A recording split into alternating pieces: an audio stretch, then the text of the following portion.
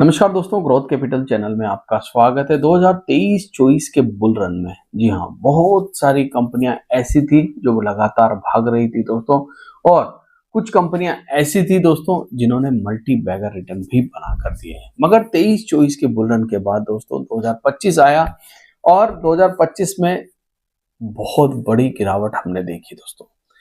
हालांकि ये गिरावट 2024 से ही शुरू हो चुकी थी, जब निफ्टी 26,000 पर गया और उसके बाद mid cap, small cap, PSU सभी में हमने एक मैसिव करेक्शन देखा, बड़ा करेक्शन हुआ। उसके बाद हमने 2025 में ही दोस्तों निफ्टी को फिर से 26,000 के पास आते हुए देखा। इस समय 2026 है और दोस्तों ट्रंप बार बार अपने डिसीजन बदल रहे हैं। कभी वो कहते हैं 50%, कभी वो कहते हैं 18%, कभी वो कहते हैं 10%, कभी वो कहते हैं कि 15% टैरिफ लगा दिया जाएगा। इस समय ईरान और अमेरिका को भी बहुत नजदीक से देखा जा रहा है दोस्तों, वहां पर भी बहुत बड़ी टेंशन है। मगर शेयर मार्केट जो है ना, वो अनसर्टेनिटी भरा रहता है दोस्तों। हमेशा शेयर बाजार के अंदर अनसर्टेनिटी रहती है। ऐसा नहीं है कि शेयर मार्केट में सब कुछ ठीक हो जाएगा, कभी ठीक नहीं होगा। ग्लोबल, क्योंकि पूरी दुनिया में कुछ भी अगर होता है तो उसका इफेक्ट शेयर मार्केट में पड़ता है। ये सारी बातें मैं आपके साथ क्यों कर रहा हूं, उसका एक बड़ा कारण है दोस्तों। शेयर मार्केट इतनी अनसर्टेनिटी होने के बावजूद भी दोस्तों साल भर मतलब बोलते हैं ना, पैसा बनाता नहीं है। मगर साल में कुछ दिन ऐसे होते हैं जब बाजार चलता है, उस दिन आप शेयर बाजार में हैं या नहीं है, ये डिपेंड करता है दोस्तों कि आप स्टॉक मार्केट से रिटर्न बना पाएंगे या नहीं बना पाएंगे। आज हम एक कंपनी को डिस्कस करने वाले हैं दोस्तों, जो प्योरली शेयर मार्केट में रहती है, हमेशा हमेशा स्टॉक मार्केट में ही काम करती है। और हमने देखा है कि जिन लोगों ने लॉन्ग टर्म में स्टॉक मार्केट में, जो लोग लॉन्ग टर्म में टिके हैं बाजार के अंदर, उन्होंने रिटर्न बनाया है, उन्होंने पैसा बनाया है। और वही लोग लंबे समय तक बाजार में टिक पाए हैं। जो लोग ट्रेडिंग करने के लिए आए थे, हमने देखा 2021 में, यानी कि कोविड के बाद बहुत सारे लोग इतनी बड़ी तादाद में स्टॉक मार्केट में आए दोस्तों, इतने डीमेट अकाउंट खुले जो शायद इतिहास में पहले कभी नहीं हुआ था। मगर वो लोग वापस गायब हो गए। कुछ ने लॉस किया, कुछ के पास पैसा खत्म हो गया, कुछ के पास कोई प्रॉब्लम, और हमने देखा धीरे धीरे करके सारे लोग ट्रेडर गायब हो गए। मगर टिका कौन? जो लॉन्ग टर्म में यहां पर पैसा बनाने के लिए आया था।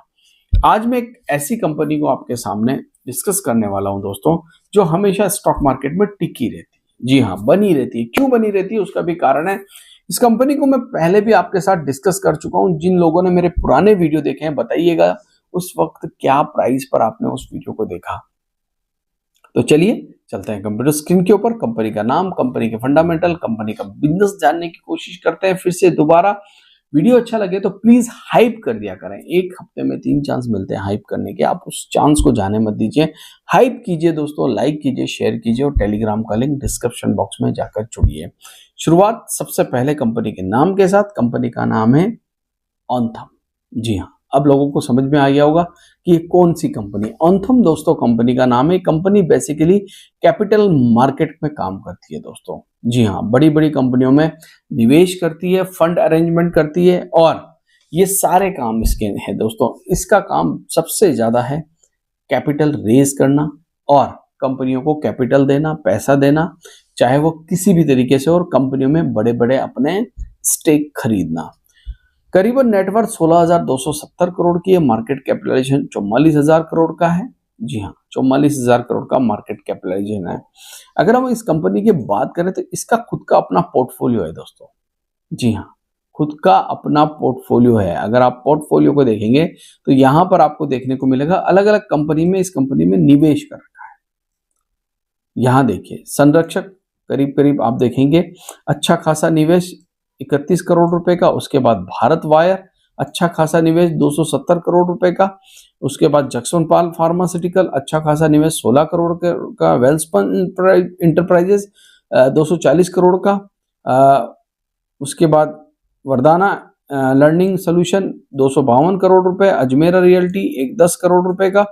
इस प्रकार से इस कंपनी का बहुत भारी निवेश है। अब देखिए बड़ी कंपनियों में भी है, जैसे एडीएफ फूड में निवेश कर रखा है 383 करोड़ रुपए का, एंथोनी वेस्ट के अंदर 224 करोड़ का, सॉरी 24 करोड़ का, वहीं प्रताप सिनेक्स में 1100 करोड़ रुपए का निवेश कर रखा है, बाटली बॉय में कर रखा है 1100 करोड़ का, 11 करोड़ का, गोकुल एग्रो 53 करोड़ रुपए का। इस प्रकार से दोस्तों इस कंपनी ने बहुत सारे निवेश जो है कंपनियों में कर रखे हैं, नेटको, प्राइम, रिलायंस पावर, स्टरलाइज pharma, Inox Green, One Source, Welspun Corporation, मतलब हुजूर multiplex, spices, Pondy Oxide, GMR Power, इन सब कंपनियों में इस कंपनी ने अच्छा खासा अपना स्टेक ले रखा है दोस्तों।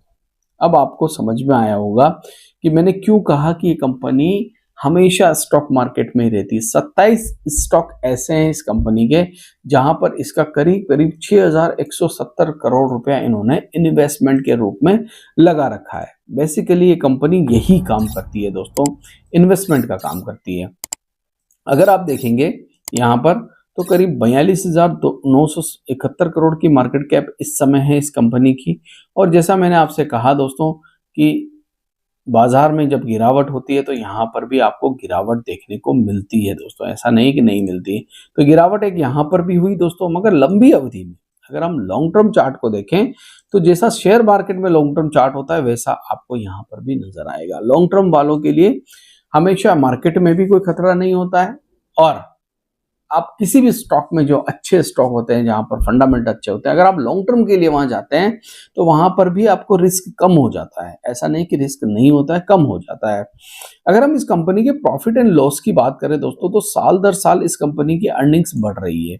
अब देखिए 5 करोड़ 2014 में, आज अगर हम देखें 2025 में 4568 करोड़, टीटीएम बेसिस पे 3694 करोड़ रुपए। वहीं आप देखिए 2014 के अंदर जीरो प्रॉफिट, और आज देखेंगे अगर आप तो 3640 करोड़ रुपए का प्रॉफिट, गजब का प्रॉफिट। अब आप देखेंगे सर यहाँ तो सिर्फ प्रॉफिट ही प्रॉफिट है, खर्चे तो नहीं है।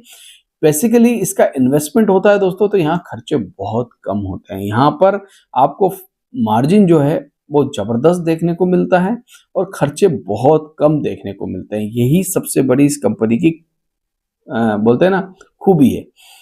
इस समय अगर हम देखें तो कंपनी की बैलेंस शीट स्ट्रांग है। कंपनी के पास रिजर्व है 16,000 करोड़ रुपए के, कर्जे भी हैं, छोटे मोटे कर्जे भी हैं 2800 करोड़ रुपए के दोस्तों कंपनी के कर्जे हैं। वो आपको यहाँ पर स्क्रीन पर देखने को भी मिल रहा है। मैंने क्यों कहा दोस्तों एफआईआईज के बारे में, एफआईआईज लगातार यहाँ पर बाइंग कर रहे हैं। आप देख सकते हैं 7% से बढ़कर एफआईआईज हो गए 14%, डबल किया है उन्होंने कुछ ही समय में।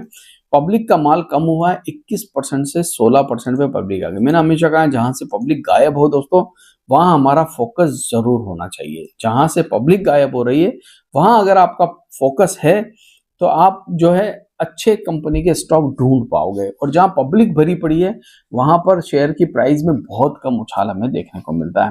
तो ऑनथम इन्वेस्टमेंट इंफ्रास्ट्रक्चर ये कंपनी है दोस्तों, इसको स्टडी कीजिएगा, फाइनेंशियल एडवाइजर से डिस्कस कीजिएगा और खुद की एनालिसिस कीजिएगा। मेरी किसी प्रकार से कोई बाय सेल रिकमेंडेशन यहाँ पर नहीं थी दोस्तों, ये वीडियो सिर्फ इंफॉर्मेशन एजुकेशन पर्पस के लिए बनाया गया था। आशा करता हूँ वीडियो अच्छा लगा होगा। लाइक शेयर सब्सक्राइब जरूर करना।